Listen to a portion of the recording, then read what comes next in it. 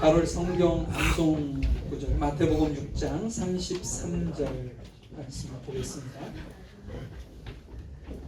마태복음 6장 33절 말씀입니다. 보실까요? 시작. 너희는 먼저 그의 나라와 의를 구하라. 그리하면 이 모든 것을 너희에게 더하시리라. 한 번 더 합니다. 시작. 너희는 먼저 그의 나라와 그의 의를 구하라.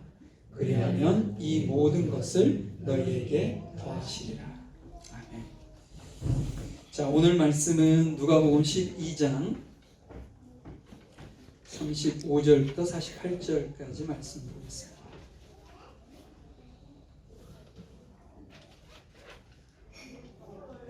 누가복음 12장 35절부터 48절까지 한 절씩 기록하도록 하겠습니다. 허리에 띠를 띠고 등불을 켜고 서 있으라. 너희는 마치 그 주인이 집에서 돌아올 문을 두드리면 곧 열어주려고 기다리는 사람과 같이 되라. 주인이 와서 깨어 있는 것을 보면 그 종들은 복이 있으리로다. 내가 진실로 너희에게 이르노니 주인이 띠를 띠고 그 종들을 자리에 앉히고 나와 수종하리라. 주인이 혹 이경이나 혹 삼경에 이르러서도 종들의 같이 하는 것을 보면 그 종들은 복이 있으리로다. 너희도 아는 바니 집 주인이 만일 도적이 어느 때에 이를 줄 알았다면 그 집을 뚫지 못하게 하였으리라. 이러므로 너희도 예언하고 있으라. 생각지 않을 때에 인자가 오리라 하시니라. 베드로가 여짜오되 주께서 이 비유를 우리에게 하심이니까 모든 사람에게 하심이니까. 주께서 가라사대 지혜 있고 진실한 청지기가 되어 주인에게 그 집을 종들이 맡아줄 때까지 따라 양식을 나눠줄 자라. 주인이 이를 때에 그 종이 이렇게 하는 것을 보면 그 종이 복이 있으리로다. 내가 참으로 너희에게 이르노니 주인이 그 모든 소를 저에게 하리라. 만일 그 종이 마음에 생각하기를 주인이 더디 오리라 하여 노비를 때리며 먹고 마시고 취하게 되면 생각지 않은 날 알지 못하는 시간에 이 종의 주인이 이르러 엄히 때리고 실수치 아니한 자를 받는 말을 처하리라. 주인의 뜻을 알고도 예비치 아니하고 그 뜻대로 행치 아니하는 종은 많이 맞을 것이요 알지 못하고 맞을 일을 행한 종은 적게 맞으라.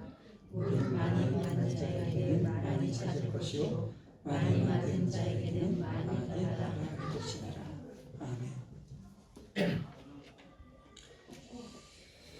지난주에 저희는 세 가지 생각의 전환이 필요하다라는 말씀을 저희 나눴었습니다. 기억하실는지는 모르겠지만 첫 번째가 염려에서 믿음으로의 생각의 전환이 필요하다 말씀드렸고, 두 번째가 생존에서 사명으로의 생각의 전환이 필요하다. 세 번째가 땅에서 하늘로의 생각이 어떤 전환이 필요하다. 이건 개인뿐 아니라 우리 교회를 두고도 동일한 어떤 생각의 전환이 필요하고, 또한 그런 어떤 생각의 전환이 있었을 때 우리 교회가 더욱더 건강하게 주 앞에 설 수 있지 않을까 싶습니다. 오늘은 현재를 살고 미래를 고대하라 하는 제목으로 좀 말씀을 나눠보려고 합니다. 우리가 지난 시간에 주의 나라를 구해야 한다 이렇게 말씀을 저희들이 나눴었어요. 주의 나라를 구한다는 게 무엇인가 라는 것을 좀 우리가 정확하게 좀 알 필요가 있는데요.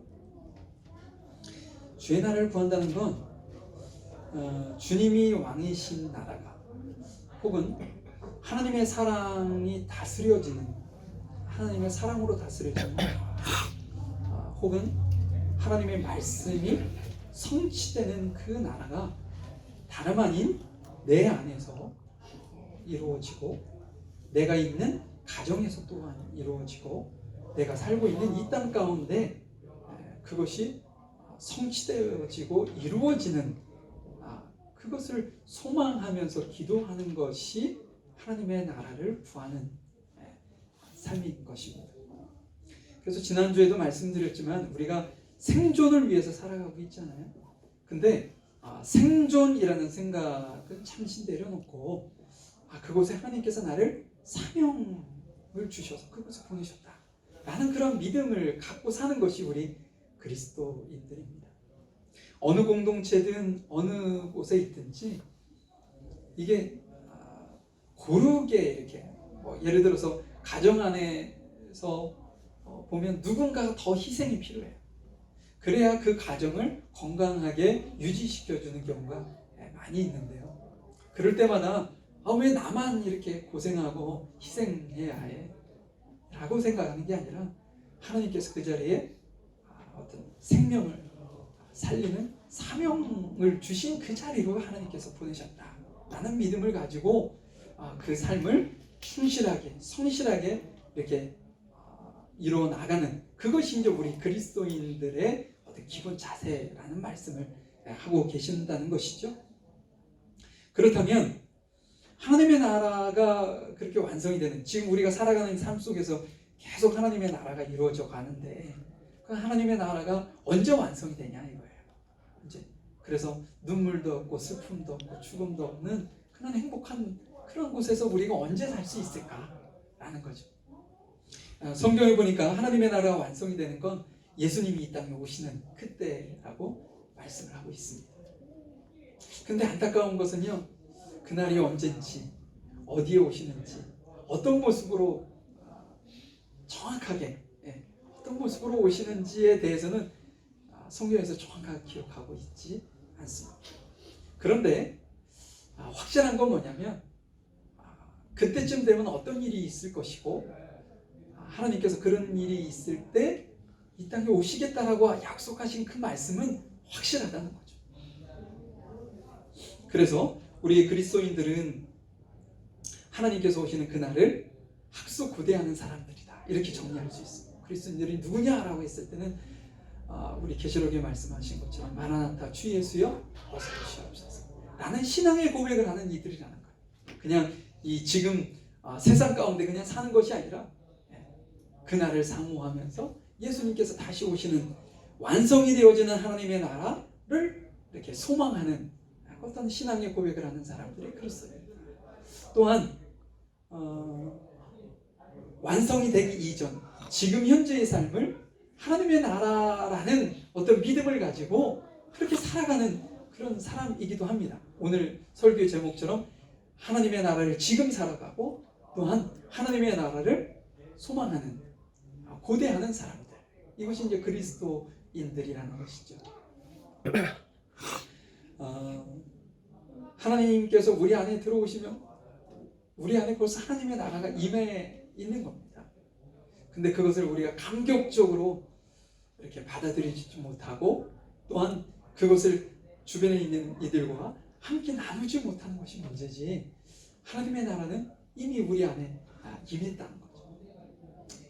근데 완전하게 완성이 되지 않았기 때문에 어느 때는 하나님을 모시고 살면서도 지고 볶고 싸우고 불평하고, 어느 때는 누군가를 막 저주하듯이 우리의 마음속에 그런 악한 마음이 있기도 하고 그런 것이죠. 그런데 주님이 오시는 날 그 모든 것이 완전히 회복될 것이라는 것. 그래서 우리는 그날을 기대하고 소망한다는 것이죠. 자, 그럼 오늘 말씀은요, 그러한 날을 사모하고 소망하는 그리스도인들이 어떠한 자세로 그날을 기대하고 준비해야 되느냐라는 말씀을 우리에게 해주고 계시는 말씀입니다. 한 두 가지 정도 우리 간단하게 우리 말씀을 통해서 좀 살펴보려고 합니다. 자, 그날을 준비하는 사람들은 어떠한 자세로 살아야 되느냐. 첫 번째는 허리에 띠를 띠고 등불을 켠 자세로 살아야 된다는 것. 자, 35절 말씀을 봅니다. 허리에 띠를 띠고 등불을 켜고 서 있으라 라고 말씀하고 있어요. 여기서 허리에 띠를 띈다는 것은요, 허리에 띠, 이건 진리를 상징하는 말씀이에요.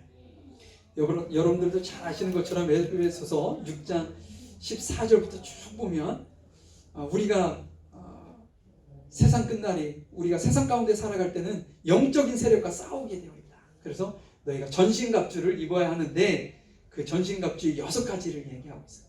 허리의 띠, 의의 흉배, 복음의 신, 그 다음에 구원의 투구, 믿음의 방패, 성령의 검, 말씀.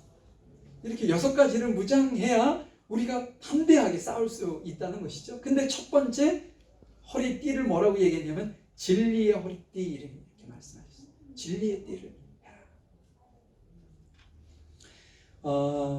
허리에 띠를 한다는 것은요, 우리 사람의 힘은 허리에서 나오잖아요.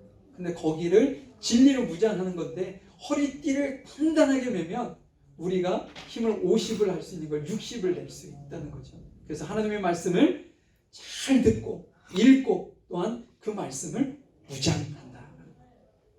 이 무장한다는 말은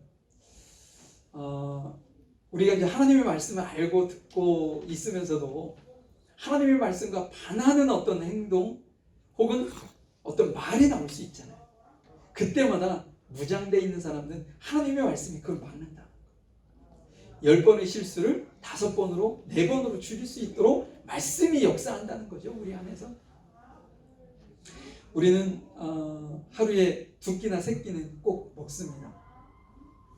식단을 짤 때도 아주 다양하게 식단 준비를 하죠. 우리가 하루에 2끼나 3끼를 먹는 이유는 뭐냐? 그건 생존을 위한 본능입니다. 모든 사람은 배고픈 무엇인가 찾아서 먹게 되어 있어요. 근데 다양하게 식단을 준비하는 건 뭐냐? 우리의 건강을 위해서 그렇게 하는 거죠. 편식하지 않게 만들기 위해서. 영적인 것도 마찬가지라는 거예요. 우리의 영혼도 영의 양식인 하나님의 말씀을 먹어야 건강하게 이렇게 성장할 수 있다는 거죠. 사도 바울도 고린도전서나 베드로전서에 보면 우리를 젖으로 먹이지 아니하고 라는 표현을 수 있어요. 그래서 어릴 땐 젖을 먹고 그 다음에 딱딱한 떡이나 음식을 먹게 되는 것이 우리의 어떤 영적인 신앙의 성숙에서 나오는 거라는 것이죠. 우리가 영적인 이런 어떤 양식을 먹기 위해서 성경 66권을 골고루 섭취하는 게 필요해요. 구약은 지나간 거니까 우리하고 필요 없어. 이게 아니에요. 구약의 말씀도 분명하게 우리에게 필요합니다. 그래서 그 말씀도 읽고 듣고, 신약도 마찬가지. 신약에 있는 말씀도 우리가 읽고 듣고 또한 그것을 우리의 삶 속에서 지켜내는 무장하는 훈련이 절실하게 우리에게 필요하다는 거죠. 근데 우리가 만약에 육신의 양식은 잘 먹어서 기름진 것을 먹어서 보기에도 참 좋아요. 근데 영적인 양식은 개의치 않고 먹지 않는다. 그러면 이런 표현이 적절한지는 모르겠지만 빛 좋은 게살구처럼 보여지는 거예요.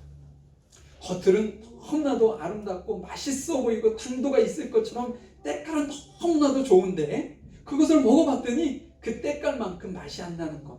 그것이 이제 우리 빛 좋은 게살구라고 하잖아요. 우리 신앙인들이 주일날 또한 새벽기도 다양하게 종교 행사는 열심히 참석하는데 하나님의 말씀하고는 전혀 관계없이 그냥 교제를 위한 자리로 생각하고 다니게 되면 비신앙인들이 우리를 보았을 때 그렇게 보게 된다는 거죠. 그래서 우리는 하나님의 말씀을 이렇게 듣고 읽고 지켜내는 어떤 그 모습을 통해서 겉과 속이 온전히 하나가 되는 그런 모습을 보여야 한다는 것이죠. 자, 그러면 진리로 허리를 뛴다고 그랬어요. 그럼 이 허리는 언제 뛰느냐? 언제 뛰느냐? 성경에서는 이 전쟁이나 아니면 농부가 농사를 지으러 이렇게 일을 하러 가기 직전에 허리에 띠를 띈다는 거예요. 그 말은 무슨 얘기냐면요. 곧 무엇인가는 알 수 없지만 아주 중요한 일이 곧 있을 것이라는 긴장감을 이렇게 느낄 수 있는 그런 어떤 감지할 수 있는 그런 뉘앙스의 말씀이라는 거죠.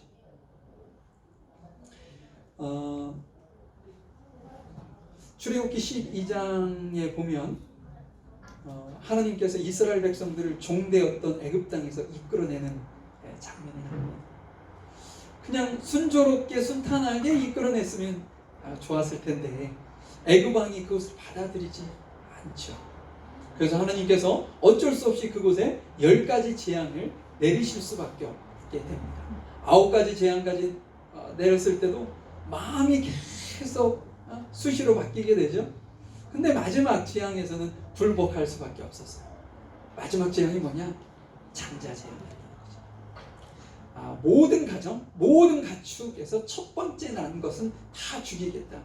이것이 이제 하나님의 심판이셨는데, 그때 이스라엘 백성들이 그 저녁이 되기 전 하나님께서 그들에게 당부하신 말씀이 있어요. 어떻게 당부하셨느냐? 너희는 양의 피를 문설주에 바르라. 그리고 집 안에서 허리에 띠를 띠고 발에 신을 신고 준비해라. 여기서 허리를 띠라는 말씀을 하고 있어요. 곧 어떤 일이 벌어지겠다는 걸 이날을 우리는 유월절이라고 얘기하는데요. 하나님의 말씀에 순종하면 죽음의 사자가 그 집을 패스오버 한다는 거죠. 유월절. 그래서 그날을 우리는 유월절이라고 하잖아요. 그런데 하나님의 말씀을 지키지 않고 불순종할 때 죽음의 사자가 그 가정에 들이닥치고 그 왕궁에 들이닥쳐서 그 짐승이 됐든 사람의 자녀가 됐든 첫 번째 되는 장자는 무조건 죽였던 사건이 그 사건입니다. 그때 하나님께서 어떻게 했다고요? 허리를 띠라. 그만큼 아주 급박하고 아주 무엇인가 어떤 우리가 감당하기 어려운 그런 어떤 일들이 있기 이전에 하나님께서는 허리를 띨 것을 당부하고 있었다는 것이죠. 우리가 허리를 떼어야 되는 이유가 여기에 있어요. 예수님께서 이 땅에 다시 오시는 그때 우리는 허리를 떼어야 되는데, 그것은 긴장이 그 안에 담겨져 있다는 것이죠. 진리의 말씀으로 허리를 동이고 무장하는 것이 필요하다. 두 번째는 등불이라는 표현을 썼어요. 등불. 여기서 등불은 성령을 상징하는 표현입니다. 그렇기 때문에 등불을 켰다 하는 것은 성령의 충만한 상태를 의미하는 말씀이 되겠죠. 성령의 등불은요, 우리의 어떤 영적인 길을 안내하는 역할을 이 성령의 등불이 하게 됩니다. 그러면 성령의 등불을 어떻게 켜느냐? 우리 보이지도 않는 이 등불을 어떻게 켜느냐? 성령의 등불을 켜는 유일한 방법은 뭐냐? 기도인 것입니다. 기도.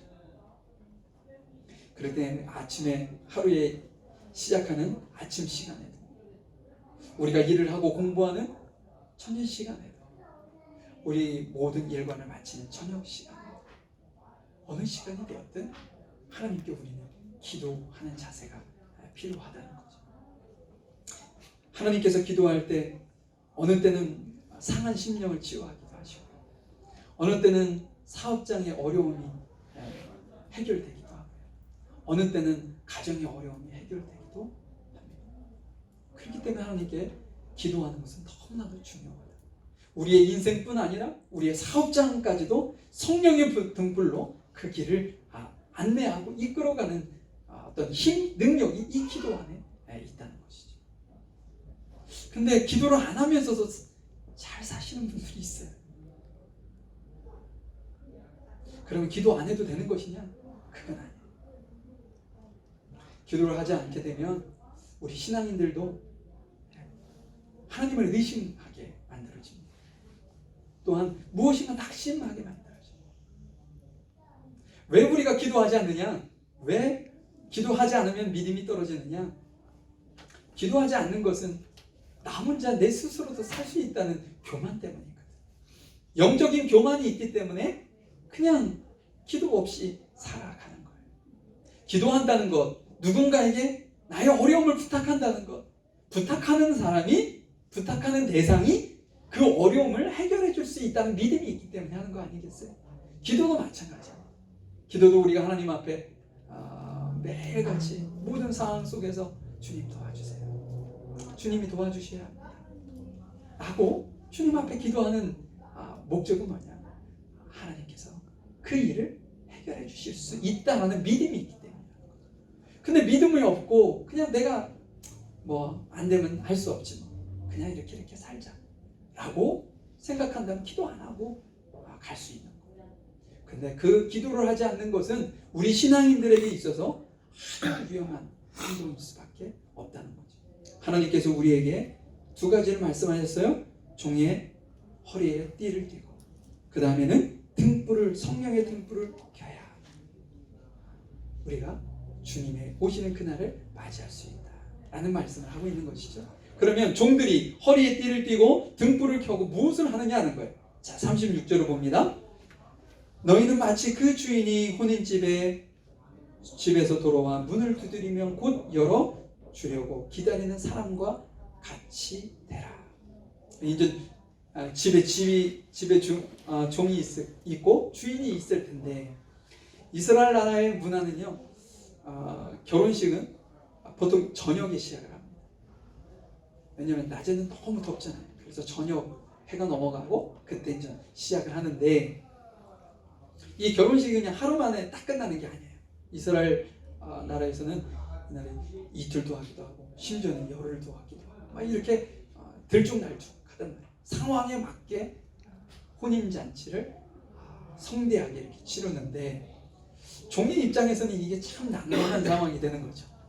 어떤 난감한 상황이 되느냐, 주인이 내일 저녁에 오실는지 그 다음날 저녁에 오실는지 오늘 저녁에 오실는지 알 수가 없는 거예요. 그런데 종의 입장에서는 그 주인이 오는 날을 정확하게 알아야 그 날을 준비하지 않겠어요? 허리에 띠를 띠고 등불을 켜고 졸지 않고 깨어있는 상태로 그 주인을 맞이해야 할 텐데, 이게 언제 올 줄 모르니까 항상 대기 상태로 준비를 하고 있어야 된다라는 말씀을 지금 우리에게 하고 있는 것이죠. 졸아서도 안 됩니다. 자서도 안 됩니다. 항상 깨어있는 자세로 주인을 맞을 준비를 하고 있어야 된다는 것이죠. 그렇게 깨워서 힘들게 준비한 그에게 어떤 일이 있느냐, 한번 37절을 보죠. 주인이 와서 깨어있는 것을 보면, 종들이 졸거나 자지 않고 깨어있는 그것을 보면 그 종들은 복이 있으리로다. 그 주인이 와서 그들을 칭찬한다는 거예요. 그냥 니네들이 할 일을 했으니 그냥 두는 것이 아니라, 너네들이 내가 언제 올지 모르는데 이렇게 깨어서 준비하고 있으니 너에게 복이 있다 칭찬하면서 어떤 일이 벌어지느냐, 기가 막힌 일이 벌어집니다. 내가 진실로 너희에게 이르노니 주인이 띠를 띠고 그 종들을 자리에 앉히고 나아가 수종 들리라. 이게 주격이 바뀌었어요. 그죠? 역할이 전도되었고 너무 파격적인 지금 환대를 하고 계시는 거예요. 원래는 종이 주인이 오면 발을 씻고, 그리고 그분이 시장하실까봐 무엇인가 내놓아서 그가 식사를 하실 수 있도록 이렇게 서빙을 하는 것이 이렇게 종의 어떤 모습인데, 예수님께서 깨어 있어서 주인이 오는 그날까지 깨어 있고 준비한 그들을 주인이 도리어 그를 수종될 것이다 라는 말씀을 지금 하고 있다는 거죠. 깨어 있어서 힘들기는 하지만 그는 놀라운 축복과 영광을 받게 되어질 것입니다. 이러한 모습은요, 우리가 천국을 사모하고 하나님의 나라를 사모하는 우리에게도 동일하게 적용될 것이라고 지금 말씀하고 있는 거예요. 예수님께서 이 땅에 오셨을 때 내가 섬김을 받으러 온 것이 아니라 내가 도리어 너희를 섬기러 왔다라는 말씀하셨어요. 그래서 우리가 하나님의 나라에 들어가는, 본향에 들어갈 때 그동안 너희들 너무 힘들고 어려운 세상 가운데서 지지 않고 쓰러지지 않고 낙심하지 않고 잘 이기고 승리했구나 라는 마음으로 예수님께서 우리를 맞이하시면서 지금 이 주인이 종을 환대하는 것처럼 그렇게 환대할 것이다 라는 말씀을 우리에게 하고 있는 것이죠. 그러면서 이어서 38절부터 이런 말씀을 합니다. 40절을 보니까 이러므로 너희도 예비하고 있으라. 생각지 않은 때에 인자가 이렇게 올 것이다. 예수님께서 그 도적이 많은 것처럼 불시에 오시겠다는 거예요. 그러면 두 무리가 생기겠죠. 한 무리는 자는 사람이 있을 반면에 그날까지 깨어있는 사람이 있을 수 있다는 거죠. 예수님이 다시 오시는 그날도 그러한 일들이 있을 수밖에 없다는 거죠. 도적이 오고 생각지 않은 때에 온다는 거죠. 여러분, 우리가 영적으로 잠들어 있다면 이건 엄청난 타격을 받게 되어 있어요. 아주 심각한 일이 벌어지고 있는데 자고 있다고 생각해 보세요. 우리 한국은 분단 국가 아닙니까? 분단 국가인데 얼마 전에 노크 기순 기억나시죠? 북한에서 사람이 철책을 넘어와서 자신을 발견해 줘야 되는데 발견해 주지 못하니까 우리 한국군 박사를 두드린 거 아니에요? 노크. 그렇게 해서 기순한 사람. 이건 좀 발견하지 못하는 일이 벌어지면 전쟁을 하고 있는 입장에서는 이것만 완전 엄청난 타격을 입게 되는 것이죠. 제가 예전에 제가 새벽잠이 많았어요. 근데 새벽 예배를 가고 싶어서 이렇게 친구들끼리 나는 새벽 예배를 좀 가고 싶은데 우리 같이 가자. 근데 내가 아침에 새벽에 일어나는 게 좀 어려우니까 너가 좀 와서 나 좀 깨워서 같이 가면 안 될까? 그래서 이제 친구하고 형하고 이렇게 약속을 하고 자게 됐어요. 근데 창문을 두드려가지고 제가 일어날 정도가 안 되니까 제 발에 끈을 묶어서요 창문 밖으로 이렇게 내놨어. 그러면 형이 와서 나를 부르면서 끈을 당기면 제가 발을 탁탁 하면서 일어날 수 있지 않겠어요? 아주 좋은 아이디어죠. 그래서 이제 그렇게 약속을 하고 밤에 잠을 잤단 말이에요. 근데 딱 깨웠는데 바깥이 환해요.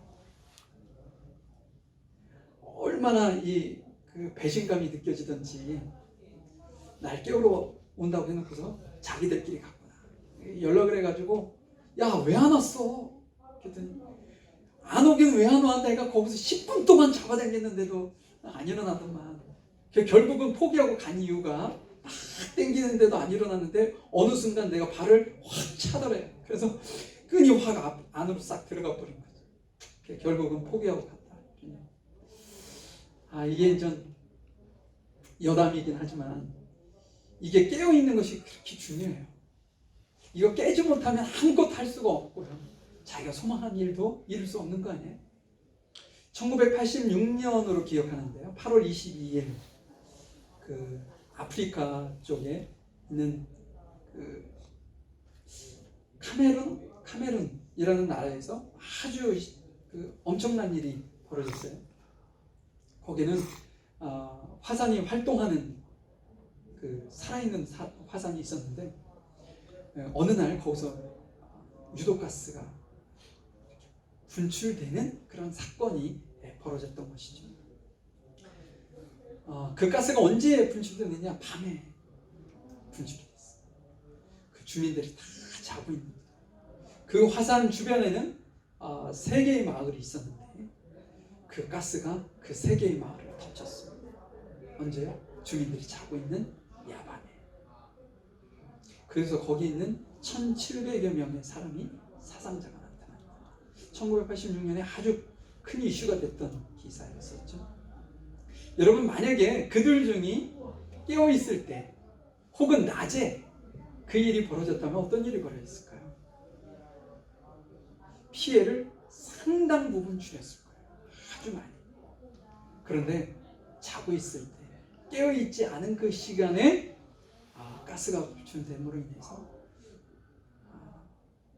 신음소리, 비명소리 하나 내지 못하고 1,700여 명의 사람이 사상자가 발생한 아주 끔찍한 사건이었던 것이죠. 예수님께서 우리에게 왜 깨어있으라고 하냐? 위기를 모면하기 위해서 깨어있으라고 합니다.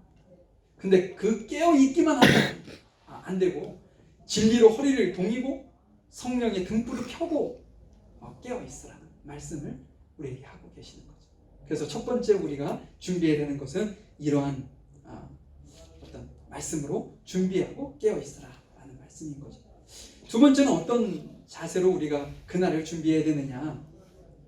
지혜롭고 진실한 자세로 미래를 고대하라는 거예요. 41절에 보니까 베드로가 이렇게 고백합니다. 예수님 앞에 질문하는 거죠. 예수님이 이렇게 하시니, 이렇게 말씀하시는 것이 저희에게 얘기하는 건가요? 아니면 여기 있는 많은 사람들 대다수에게 하시는 말씀인가요? 베드로가 조금 부담이 되었던 것 같아요. 그러니까 그것을 명확하게 하기 위해서 예수님께 질문을 드렸는데, 예수님은 가타부타 너희들이다 아니면 모든 사람이다 이런 말씀은 안 하시고 이런 비유를 다시 얘기하십니다. 42절에 보니까 주께서 가라사대 지혜 있고 진실한 청지기가 되어 주인에게 그 집 종들을 맡아 때를 따라 양식을 나눠 줄 자가 누구냐. 청지기라는 표현을 사용해서 그 말씀을 답을 하십니다. 이 청지기라는 것은 교회 어떤 그 큰 집의 집사죠. 결국은 모든 일들을 감당하고 처리하는 주인을 대신해서 하는 일을 이 청지기라고 합니다. 이렇게 막중한 일을 하고 있는 그들에게 가장 필요한 것은 지혜와 진실, 성실일 거예요. 그래서 예수님께서 지금 그 말씀을 하고 있는 거예요. 지혜 있고 성실한 청지기가 되라. 청지기는 주인이 있든 없든 동일하게 맡은 바 자기의 어떤 책임, 직분을 감당해야 하는 것이 청지기죠. 그것이 칭찬받는 청지기가 되는 거예요. 여러분 잘 아시는 그 요셉이 형들에게 미움을 받아가지고 애굽으로 팔려나가잖아요. 애굽으로 팔려가서 첫 번째 보디발의 가정에 총무가 되잖아요. 이게 이제 청지기지. 근데 주인이 이 요셉의 그 모습을 보면서 너무나도 마음이 들었어요. 내 모든 것을 맡겨도 되겠다 라는 그런 어떤 생각이 들 만큼 성실하고 지혜롭게 모든 것을 관리하게 되었다는 거죠. 이게 지금 얘기하는 이 청지기가 그런 모습을 예수님께서 요구하고 계시고 말씀하고 계신다는 거죠. 그러면 청지기는 누구냐는 거예요. 교회의 리더십을 가지고 있는 분들이 청지기인가요? 그렇게 청지기일 수 있죠. 근데 시야를 전 세계로 확 넓혀보면 청지기는 누구냐? 우리 그리스도인이 청지기. 세상 가운데 우리 청지기 된 우리가 세상을 돌보는 거예요. 그걸로 주의 말씀으로 돌보는 어떤 자세로 진실하고 지혜 있게 청지기의 사명을 감당해야 한다라는 말씀을 하고 있는 것이죠. 허리에 띠를 띠고 등불을 켜고 깨어있으라. 이런 말은요 누구나 들을 수 있어요. 지금도 제가 여러분들에게 말씀을 전하면서 우리는 깨어있어야 합니다. 우리는 진리로 허리를 동여야 합니다. 우리는 성령의 등불을 준비해야 합니다. 이런 것은 제가 얘기하면 모든 이들이 다 들을 수 있어요.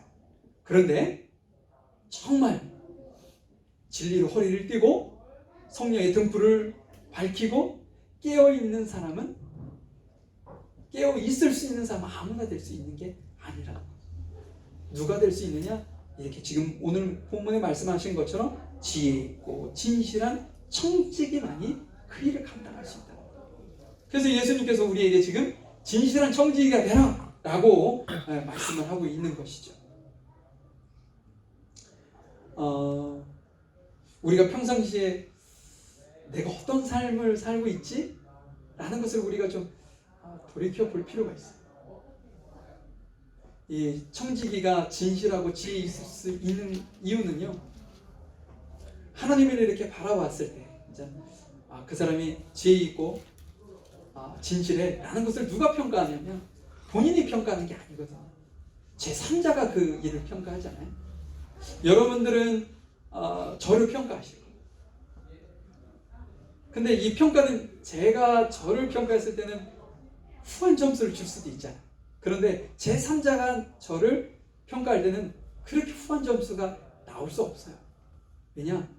정확하게 냉정하게 판단하기 때문에. 지금 여기에 진실하고 지혜 있는 청지기는요 누구의 평가를 받은 거예요? 제3자의 평가를 받았을 때 그렇다는 거예요. 그러면 여기 어떤 일이 벌어지냐면 여러분들이 진실한 청지기가 되면 여러분들이 섬기고 있는 그 주인이 진실한 사람이에요. 그런데 여러분들이 불성실한 삶을 살면 여러분들이 섬기고 있는 그분이 그 주인이 불성실한 사람이에요. 수준이 그렇게 된다는 거죠. 그래서 우리 사회에서도 나 누구 선생님 제자야 라는 이야기를 가끔 하잖아요. 그러니까 훌륭한 인품을 가진 분의 난 난 제자야. 근데 그 내가 그분의 제자임에 욕되지 않게 행하려고 또 행동을 하죠. 지금 이 진실한 지혜 있고 진실한 청지기의 그런 자세로 우리에게 비춰지니까 우리 또한 하나님을 어떻게 세상 가운데 드러낼 것이냐 라는 차원에서 본다면 우리의 삶을 점검하셔야 돼요. 지난번에 우리 그 일기 성경 공부 맨 마지막에 전도하는 부분이 있어요. 근데 거기에 전도하는 방법을 간략하게 사형리 중심으로 해서 4가지 토픽으로 해서 이렇게 전도할 수 있는 방법을 가르쳐주는 내용이 나왔는데 거기 있는 분들 대다수가 그런 얘기를 하셨어요. 저는 이거 듣고서는 예수 안 믿을 것 같아요. 그게 무슨 얘기일까요?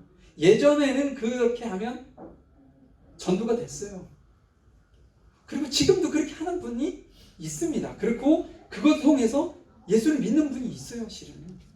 그런데 우리에게 어떤 반감이 있는 거냐 하면 길거리에서 뭐 예수천당 불신지옥이라는 소리를 이렇게 내어가면서 어떤 삶의 본은 보이지 않으면서 입으로 떠들고 있다라고 생각되어지는 우리 기독교의 어떤 모습에 이렇게 창피한 마음이 있기 때문에 그렇게 얘기를 하는 거예요. 여러분 실은 뭐 그 좀 전에 했던 이 구호가 우리 한국에서도 길거리에서 이렇게 피켓 들고 하시는 분들 종종 보아요. 그래서 사람들의 눈시울을 이렇게 조금 찌푸리게 만들잖아요. 그런데 여러분 미국에서는요 그걸로 해서 17만 명이 예수를 믿게 한 분이 평신도가 있습니다. 그래서 그것이 한국에 들어온 거예요. 근데 그때와 지금은 상황이 다르지만 여러분 우리의 삶이 그러면 말로 전하는 전도로는 전도가 안 된다고 하면 우리가 대다수가 뭐라고 얘기하면 우리의 삶으로 전도한다라는 표현을 해요. 근데 우리가 삶으로 어떻게 보여야죠? 지혜 있고 진실한 청지기의 모습을 보여야 돼요. 그것을 우리에게 지금 말씀하고 있다는 것이죠. 그랬을 때 어떤 일이 벌어지는지 한번 볼까요? 45절입니다. 만일 그 종이 마음에 생각하기를 주인이 더디 오리라 하여 노비를 때리며 먹고 마시고 취하게 되냐. 그러니까는 성실하고 지혜 있는 어떤 청지기의 모습이 아니라 이제는 예수님을 그 주인을 오해한 거죠. 더디 오실 거야. 그분은 뭐 한번 혼인잔치에 가면 뭐 3, 4일은 좋게 계셔 라고 생각해서 주인이 오시기 전까지 자신의 책임을 다하지 아니하고 자신이 관리해야 되는 노비들을 책망하고 때리고 그리고 일을 하지 않고 먹고 마시고 취하여 자기의 직분을 망각한 삶을 사는 청지기도 있다라는 거예요. 이게 뭐예요? 지혜롭고 진실한 청지기 아니에요. 이 청지기를 바라보는 제3자의 입장은 게으르고 나태하고 불성실한 그런 어리석은 청지기의 모습으로 보여질 거라는 거죠. 그러면 그 주인은 그 수준이 되고 말아요. 그 수준이 되고 말아요. 그러면 그 주인이 자기의 수준을 원상태로 회복시키려면 어떻게 해야 될까요? 자, 7절을 봅니다. 주의 뜻을 알고도 예비치 아니하고 그 뜻대로 행치 아니하는 종은 많이 맞을 것이다. 이게 뭐예요? 결국은 책망하시는 거예요. 하나님 그 주인이 종을 정죄해야만이 그런 어떤 불성실하고 어리석은 청지기를 쳐내고 그 다음에 누구예요? 지혜 있고 진실한 청지기를 세워야만이 본인의 위상이 원위상을 찾게 되기 때문이라는 말씀인 것이죠.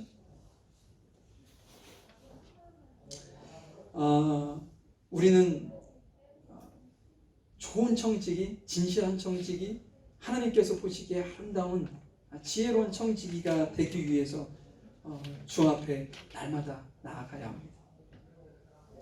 하나님의 뜻을 청지기, 주인의 그 뜻을 알면서도 그것을 행치 아니하는 것은 아주 큰 죄이고 그것은 심판받아 마땅한 일이에요. 우리 청지기인 우리가 예수님이 이렇게 주인이 언제 오실지 모르는 것처럼 생각지 않은 때에 올 것이니 너희들 준비 잘하고 있어 라는 말씀을 우리는 알고 있어요. 듣고 있고요. 그런데 알고 있고 듣고 있지만 우리가 그것을 따르지 않고 그 뜻을 알면서도 의도적으로 그 뜻을 거스르고 내 뜻과 내 어떤 생각을 가지고 지금 현재 주어져 있는 현재를 살아간다면 우리의 미래는 순탄치 않을 거라는 것. 하나님께서 보시기에는 아주 하나님을 이렇게 화나게 만드는 그런 삶을 살 수밖에 없다라는 거죠. 이처럼 지혜 있고 진실한 청지기는요, 그 행위대로 상급을 받고 칭찬을 받게 될 것입니다. 반면에 불충한 청지기는 그 행위대로 결국은 심판을 받게 될 것이라는 말씀을 오늘 말씀에 하고 계시는 거예요. 그래서 많이 받은 자가 누군가요? 먼저 믿은 우리 아닌가요? 그래서 많이 받은 자에게는 많이 요구할 것이다. 그렇기 때문에 우리가 철저히 주님 오시는 그날을 예비하고 준비하고 있을 필요가 있다라는 말씀을 하고 있는 겁니다. 우리 한번 말씀을 마무리 해보도록 할게요. 어떤 자세로 오늘을 살아가느냐에 따라서 우리의 미래가 결정된다는 것은 누구나 다 아는 사실입니다. 그래서 농부는 힘들고 어렵지만 오늘 씨를 뿌리는 거예요. 힘들고 어렵지만 씨를 뿌린 농부는 반드시 가을에 열매를 수확하게 되어 있습니다. 근데 힘들고 어렵다고 오늘 씨를 뿌리지 않는 농부는 결국은 농부이긴 하지만 가을철에 추수할 수 없는 농부다라는 거죠. 우리 그리스도인들은 힘들고 어렵죠. 지금 그 생업의 현장에서 사명을 가지고 살아가는 것도 어려웁니다. 하나님의 말씀으로 무장하기 위해서 듣고 하나님의 말씀을 읽고 얼마나 힘들고 어려워요. 또한 성령의 등불을 밝혀야 된다고 기도하는 것이 얼마나 힘들고 어렵습니까? 그렇다고 해서 우리가 그 자체를 포기하고 깨어있기를 포기한다면 우리는 그리스도인으로서의 빛과 소금의 역할을 감당할 수 없고 주님이 오시는 날 기쁨으로 신랑 되신 예수님을 우리가 맞이할 수 없게 된다는 거예요. 그렇기 때문에 우리는 힘들고 어려울지라도 지금 이 순간 기쁨으로 그분에게 칭찬과 상급을 받기 위해서 오늘 우리는 하나님의 나라를 살아내야 돼요. 힘들고 어려운 상황 속에서 살아내야 돼요. 그리고 내일은 장차 올 그 하나님의 나라, 완성될 그 나라를 고대하고 소망하는 심정으로 내일의 소망을 가지고 또한 살아가야 한다는 거죠. 오늘 우리에게 주신 이 말씀이 우리에게 큰 당부가 되기를 간절히 소망해 봅니다. 하나님께서 우리에게 당부하신 말씀처럼 허리에 띠를 띠고 등불을 켜고 깨어서 그날을 준비해. 또한 지혜롭고 진실한 청지기가 되어서 지금 현재 내가 생업의 현장에 보낸 그 진정한 주님의 사명감을 가지고 충실하게 살아라. 이 말씀을 여러분들 기억하시고 승리하실 수 있기를 간절히 주의 이름으로 축원합니다. 우리 잠시 기도하겠습니다. 사랑과 은혜가 풍성하신 아버지 하나님, 저희들이 살아가고 있는 지금 현재의 삶이 그렇게 녹록하지도 않고 여러 가지로 너무나도 어려움도 많고 해결해야 될 문제도 많고 고민하고 근심하고 눈물을 흘리며 힘들어하는 일도 참 많이 있음을 저희들이 압니다. 하나님께서 이 모든 것을 아시기에 돕고 힘들고 어려울 때 저희들을 이끌어 가실 것 또한 저희들이 믿고 알고는 있지만 저희들의 믿음의 연약함으로 인하여 그 확신을 가지고 주 앞에 서기가 참 어렵습니다. 이 시간 주님께서 저희들을 도우시고 인도해 주셔서 주님이 오시는 그날을 저희들이 진정으로 사모하고 기대하고 고대하는 심정으로 허리에 띠를 띠고 등불을 켜고 깨워서 그날을 준비하게 하시고 오늘을 살게 하시고 또한 지혜롭고 진실한 청지기와 같은 그런 어떤 사명을 가지고 삶의 현장에 보내신 그 자리에 생존을 위해 하는 것이 아닌 주께서 나에게 주신 사명을 감당하기 위해 오늘도 내일도 또한 그 주어진 미래의 시간에도 열심을 다하여 최선을 다하여 그날을 살아나갈 수 있도록, 그래서 모든 이들의 나를 통해 하나님을 진실한 자, 신실하신 하나님, 사랑이 많으신 하나님, 용서하시는 하나님, 진정으로 나를 끝까지 책임지시고 이끌어 가시는 하나님임을 남들이, 세상자가 바라보고 느끼고 알 수 있도록 우리의 삶을 주께서 복주시고 인도해 주시옵소서. 함께 하시는 주님의 귀한 은혜 감사하며 사랑 많으신 예수님의 이름으로 기도하였습니다. 아멘. 지금은 우리 주 예수 그리스도의 크신 은혜와 아버지 하나님의 무한하신 사랑하심과 성령님의 인도하시고 내주하시고 교통하시니 주님이 오실 날이 곧 있을 텐데 저희들이 준비하고 깨어 있어서 또한 지혜롭고 진실한 청지기의 자세를 가지고 주의 날을 준비하기를 소망하는 우리 귀한 성도들 머리 위에, 이들의 가정과 사업장 일터 위에, 이들의 학업 위에 지금부터 영원히 함께 하시기를 간절히 축원하옵나이다.